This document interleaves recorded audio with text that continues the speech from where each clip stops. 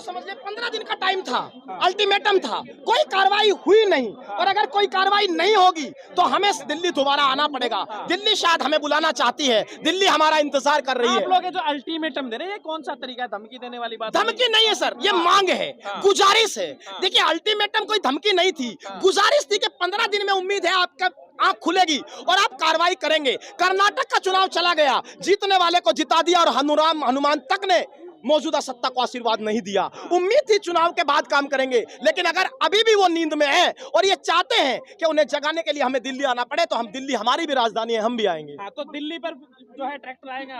Tractor Delhi क्यों नहीं आएगा? ट्रैक्टर से आपत्ति क्या है? क्या लिखा हुआ है इस देश की सड़कों पे कि इस पर किसान का ट्रैक्टर नहीं चलेगा? अगर वो ट्रैक्टर खेत से अन्न उगा करके दिल्ली पहुंचा सकता है तो खुद अन्न लेके आ क्यों नहीं सकता? बिल्कुल आएगा। दिल्ली की सड़कें तैयार है, 21 तारीख का इंतजार करिए। एक मत सारा देश खड़ा है और 21 तारीख को एक मत एक फैसला इस देश के सामने आएगा, जरा इंतजार कीजिए। आज तीसरा दिन है, मार्च निकाल रहे हैं। ऐसे छोटे छोटे मार्च को आप लोग कह रहे हैं दिखा भी नहीं रहा, कोई पहुंच नहीं रही आवाज, तो फिर क्या फायदा है? आप देखिए, आवाज हमारी किसान आंदोलन में भी नहीं दिखाई गई थी। जब इस देश के मीडिया को फरमान सत्ता से जारी होता है, उस वक्त आप जैसे लोग भी हैं, आप जैसे यूट्यूबर भी हैं, जो इस देश के मीडिया के लिए अब चौथा स्तंभ बन चले हैं। आवाज हमारी दिखाई जा रही है, हम बुलंद करेंगे, हर गली जाएंगे, हर चौखट जाएंगे, हर दुकान जाएंगे, हर खेत और खलियान जाएंगे, लेकिन हम इस आवाज को बुलंद करते रहेंगे। देखो, हर चीज में आस्था है लोगों की, और गुरुद्वारा हो सकता है कि हमारे प्रधानमंत्री को सुदबुद्धि मिल जाए कि वो जो हमारी बहनें बैठी हैं या पहलवान और जो देश का गौरव है, देश के लिए मेडल लेके आई हैं, लेकिन कोई सुन ही नहीं रहा है। हो सकता है कि हाँ लोग पहुँचे हैं तो समझ में आ जाए कि भाई उनको, क्योंकि जो तानाशाही सरकार है, निकम्मी सरकार है, और निकम्मे लोग उसमें हैं सब, जो MP MLA हैं। और देखो महिला का शोषण हो रहा है, शोषण के बावजूद पौषक लग चुकी है, FIR जो हो चुकी है, लेकिन अभी तक उसे गिरफ्तार नहीं किया गया। तो सोच लीजिए क्या होगा। भीम आर्मी के चंद्रशेखर आजाद जो है रावण 2 दिन से हैं यहाँ पर, आप लोग रामलीला मैदान का भी बात कर रहे हैं, क्या कहेंगे उसको? जैसा आप आदेश होगा, क्योंकि ये आंदोलन जो है भीम आर्मी का नहीं है। अगर ये आंदोलन भीम आर्मी का होता तो अब तक हम दिल्ली बंद कर चुके होते। जैसे 21 तारीख को जो यहाँ की खाप हैं और जो पहलवान हैं, ये डिसीजन लेंगे, जैसे आदेश करेंगे। हमसे बोलते हैं कि किस तारीख को दिल्ली बंद करनी, हम कर देंगे, आदेश करेंगे। ये आंदोलन यहाँ के सब खापों का है और यहाँ जो पहलवान बैठे हैं उनका है। जैसे समर्थन मांगेंगे, अगर जैसे चाहेंगे वैसे हम तैयार हैं। क्या लग रहा है PM मोदी अब चुप्पी तोड़ेंगे? कि उससे और पहले बहुत सारे केस हुए हैं, बहुत सारे केस हुए हैं। और चाहे वो CNRC का मामला रहा हो, वो किसान आंदोलन का मामला रहा हो, जितने भी बिल उन्होंने पास किए हैं, किसानों के खिलाफ किया, CNRC में लोगों के खिलाफ किया, तो क्या पीछे हुए, अभी हटेंगे। क्योंकि और नेता नहीं दिखाई दे रहे हैं। चंद्रशेखर आजाद रावण यहाँ पर आज साथ में चल रहे हैं 2 दिन से, लेकिन और नेताओं को नहीं चल रहे हैं, क्या लग रहा है? देखो, राजनीति अलग होती है, हम समाज संगठन है, एक पिछले 2015 से काम कर रहे हैं। समाज जहाँ पर सोचे बंजी समाज की बात आती है, न्याय की बात होती है, वहाँ भीम आर्मी चंद्रशेखर आजाद जी खड़े होते हैं। उस दिन रात को रोका गया, लेकिन अब कोई इस तरीके से लग रहा है आपको कोई रोकने की साजिश हो रही है, कोई किस तरीके की? नहीं, रोकने कौन रोकेगा बताइए? भाई संवैधानिक अधिकार है, हमें जंतर मंतर इसीलिए यहाँ पे जगह दी गई है कि भैया अपना विरोध हम प्रदर्शन कर सकें। तो ये संवैधानिक अधिकार है विरोध करने का और आंदोलन करने का, आंदोलन कर रहे हैं। कमेटी की जांच पे क्या कहेंगे, जो जांच अभी चल रही थी? कमेटी की जांच में कौन, बताओ कमेटी में जांच करने वाले कौन है? उनके लोग तो हैं, बताइए। कमेटी में जो अभी तक मैं ये कह रहा हूँ, जांच चलो एक विषय है, लेकिन जब उसमें पॉक्सो एक्ट लग चुकी है, FIR दर्ज हो चुकी है, तो उस FIR उसको गिरफ्तार क्यों नहीं किया जा रहा? हम ये सोचने वाली बात है। क्या जो BJP सरकार है संरक्षण दे रही है? और सच्चाई है, जो आरोपी हैं उनको हमेशा ये सरकार संरक्षण देती आई है, चाहे वो नाव का मामला हो, चाहे वो आपके हाथरस का मामला हो, या राजस्थान में आपके जो जितेंद्र मेघवाल का मामला था, सब उनके साथ खड़े हैं। उनके लोगों ने पक्ष में वहाँ सभाएं करते हैं, उनके पक्ष में खड़े होते हैं, सोच लीजिए। तो ये सरकार निगम्य सरकार है, इसको आसानी से बात समझ नहीं आएगी, तो रोड पर निकलना पड़ेगा। रोड पर हम आंदोलन कर सकते हैं और ये हमारा अधिकार है। देखिए भैया जी, एक चीज़ और मैं आपको बता दूं, इस देश के अंदर कुछ लोगों ने क्या कर रखा है।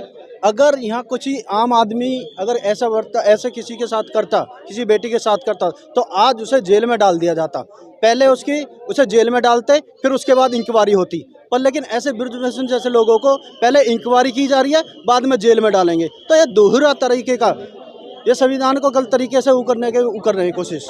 तो दोहरे तरीके का बर्ताव बरत रहे हैं लोगों के साथ। नहीं तो एक ही तरीके का बर्ताव होना चाहिए, एक ही नियम होना चाहिए, वो चाहे गरीब आदमी हो चाहे आम आदमी हो। आम आदमी के लिए वही होना चाहिए, कोई MP MLA हो तो उसके लिए भी वही होना चाहिए। मेरा मानना ये है, क्योंकि ऐसे लोगों के लिए अलग से कोई कानून नहीं है। संविधान में कोई अलग से कानून नहीं है कि किसी के लिए पहले इंक्वायरी या फिर हो। क्या कहना चाहेंगे फिर लोगों के लिए जो लोग सुन रहे हैं आपको? देखिए, मैं यही कहना चाहूँगा सभी भाइयों से, ये मेरा अपील है कि बहनों के सम्मान में हम लोग तो मैदान में हैं, जो आप लोग जो घर में बैठे हुए हैं, आज आप सब बाहर आ जाएं, क्योंकि आज नहीं तो कल ये लोग जो भी बेटियों के साथ ऐसा करना इनके लिए एक आम बात हो गई है। तो इसलिए अगर ऐसे अत्याचारों का, ऐसे बलात्कारियों को सजा दिलानी है तो आपको रोडों पर आना होगा, हमें संविधान के दायरे में रह के हमें बहनों को इंसाफ दिलाना होगा। क्या कहेंगे सर, आप लोग गुरुद्वारा आ जाए हुए, तीसरे दिन मार्च निकाल रहे हैं, लेकिन क्या लग रहा है, आप कुछ आपको न्याय की उम्मीद देखते हुए दिख रही है? अपराध का समय ना बहुत कम होता है, अन्याय का समय बहुत कम होता है, और अब जो है लोग जाग चुके हैं, और जो ये अत्याचार जो कर रहे हैं, कभी किसानों पर, कभी मजदूरों पर, कभी किसी पर, अब इन्होंने गलत पंगा ले लिया है। भारत के जो कल तक जिन बेटियों को ये कहते थे कि इन्होंने देश का नाम रोशन कर दिया, इनके तारीफ करते नहीं थकते थे, इनकी वाह करते नहीं थकते थे, आज वो बेटियां नहीं हैं, आज भी तो वही बेटियां हैं ना। इसलिए जो है अब इनका बुरा समय शुरू हो गया है, और जल्दी ही बेटियों को न्याय मिलेगा, क्योंकि इस देश का जो है युवा भी जाग चुका है और देश का हर नागरिक जाग चुका है, और वो बेटियों के सम्मान में जंतर मंतर पर खड़ा है।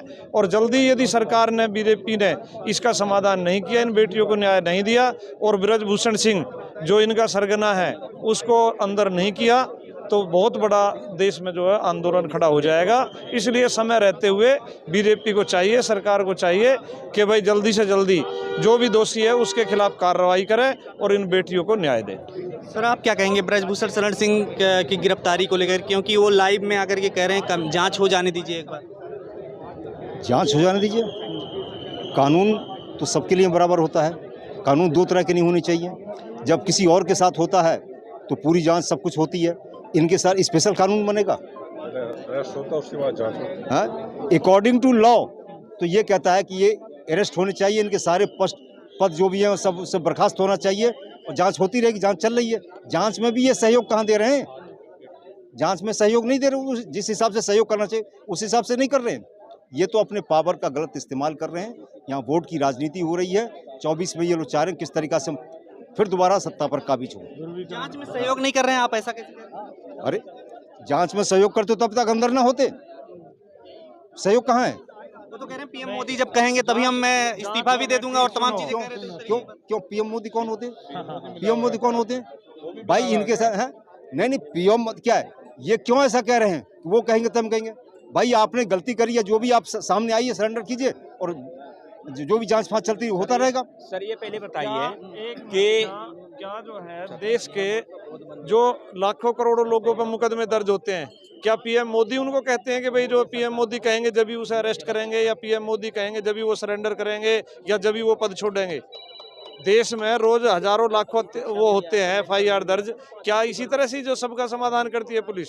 ये बिल्कुल सरासर गलत है। और जांच कमेटी के नाम पर एक धोखा कमेटी जो इन्होंने बनाई है, जांच कमेटी में जो लोग हैं वो ये कहें कि भाई जिसकी जांच कर रहे हैं जो अपराधी है उसको ये कहें कि ये तो हमारे पिता के समान है, तो आप बताओ कि वो जांच कमेटी जो है न्याय दे देगी? कभी भी नहीं दे सकती। तो जांच कमेटी नहीं है, ये एक धोखा है बहुत बड़ा इन पहलवानों के साथ, इन बिटियाओं के साथ।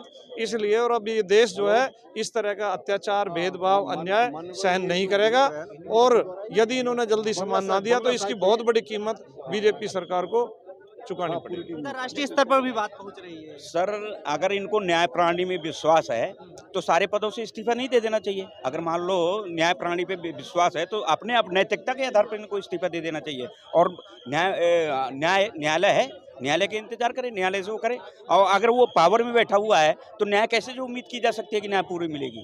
भाई आम जनता के लिए तो अलग न्याय है, और पावर में बैठा है व्यक्ति उसके लिए अलग न्याय है। तो कानून तो सबके लिए समान है ना सर। तो उनको तो नैतिकता के आधार पर सारे पदों से इस्तीफा दे करके अपने आप करते कि भाई मैंने गलत नहीं काम किया, मेरे न्याय प्रणाली पे विश्वास है, तो न्याय प्रणाली का जो उनको वो करना चाहिए, इस्तीफा दे देना चाहिए। और ये हमारी जो है देश के भविष्य है, हमारी जो है जो देश का मेडल जीत के आ रही हैं, उनके सुचारू रूप से न्याय प्रणाली सही मिले, उनको न्याय मिले, तो ये करना चाहिए। क्या लग रहा है आपको सर, पूरे देश में अंतर्राष्ट्रीय स्तर पर ये आवाज़ पहुंच रही है जो आप लोग यहाँ पर मार्च कर रहे हैं छोटे छोटे? ऐसा है ना, ये बहुत बड़ा मैसेज है अगर ये आज हमारे जो है यहाँ पे जो है दिल्ली में जो सारी जागरूकता हो रही है, आम जनता जान रही है कि ये जो है हमारा जो है जो सरकार है ये बैठी है केंद्र में, ये कहती है बेटी बचाओ बेटी पढ़ाओ। ये दोहरा चरित्र है इसका, बेटियों के लिए कुछ और है, आम जनता के जो है और है, और जो आम है। तो जब हमारी जो बेटियां ऐसी हैं जो देश का रोशन नाम कर रही हैं, उनके साथ ये नहीं है तो आम जनता के लिए क्या होगा, आप ये महसूस करें? देखिए, न्याय के लिए ये हमारा फंडामेंटल राइट है, ये हमारा मौलिक अधिकार है। जब किसी के साथ न्याय होता है और उसे न्याय जब नहीं मिलता है तो वो फिर आंदोलन करते हैं, धरना प्रदर्शन जो भी करते हैं। तो धरना प्रदर्शन पर भी इन लोगों ने इस तरीक़ा से बैन लगा रखा है, मीडिया को रोक रखा है। तो बात ये जन जन तक नहीं जा रही। अभी बहुत से लोगों को ये पता ही नहीं है कि जंतर मंतर पर क्या हो रहा है। तो हम लोग की ये कोशिश है इस तरीक़ा से इस बात को जन जन तक पहुंचाया जाए। जब ये बात जन जन तक पहुंच जाएगी तब इनकी काली करतूतें खुलेंगी, तब होगा। ये इस तरीक़ा से कहते हैं कि नहीं वो कहेंगे तब मैं इस्तीफा दूंगा, वो करूँगा। तो फिर तो भाई अच्छा है कि सांसद भी आपका है, सांसद तो पूरे MP आपके हैं। एक नया कानून बना दीजिए कि किसी के ऊपर इस तरीक़ा से कोई जुल्म होगा तो पहले उसकी वो PM है, PM परमिशन देगा, तब उस पर इन्वेस्टिगेशन होगी, तभी उसकी अरेस्ट होगा। तो कानून सबके लिए बन जाना चाहिए, आम लोगों के लिए, ST SC down to down weaker section, इसके लिए दूसरा कानून और इनके लिए दूसरा, मनुवाद के लिए दूसरा कानून। ये क्या है? ये दोहरा मापदंड है। नहीं सर, 1 महीने पूरे 1 महीने हो जाएंगे 23 तारीख को। क्या अब ये लंबी चलने वाली है लड़ाई? 1 महीने क्या, पहले लोग बैठे हुए थे तो इन लोगों ने बोला कि कमेटी बना रहे हैं। 3 महीना इंतज़ार कर लिया, वो कमेटी ने क्या किया? कुछ नहीं। और कमेटी में जो लोग हैं, ऐसा भी सुनने में आया कि जो कमेटी में लोग वो कहते हैं कि ब्रिजभूषण हमारे पिता तुल्य हैं। तो जिसे ये पिता तुल्य मानेंगे उसके अगेंस्ट में कैसे बोल सकते हैं? सवाल ही पैदा नहीं होता है। तो ये सब जो कमेटियाँ बनाई गई हैं, ये सब क्या है? जनता को बेवकूफ़ बनाने के लिए बनाई गई हैं और अपने काले कारनामे, जो काली करतूतें हैं, इन सबको छिपाने के लिए जनता को मिसगाइड किया जाता है। अंतर्राष्ट्रीय स्तर पर आपका क्या मैसेज पहुंच रहा है इस चीज़ का? जितना हम लोग के ऊपर संसाधन हैं उसके माध्यम से कोशिश की जा रही है। बात तो बहुत पहुंच रही, बात अंतर मीडिया हुआ, नेशनल मीडिया हुआ, इन जहां तक हम लोग पहुंचे उस हिसाब से हम लोग कोशिश करें और पहुंचनी भी चाहिए। खबरों में बने रहने के लिए फोरम 4 को सब्सक्राइब करें और नोटिफिकेशन पाने के लिए बेल आइकन दबाएं।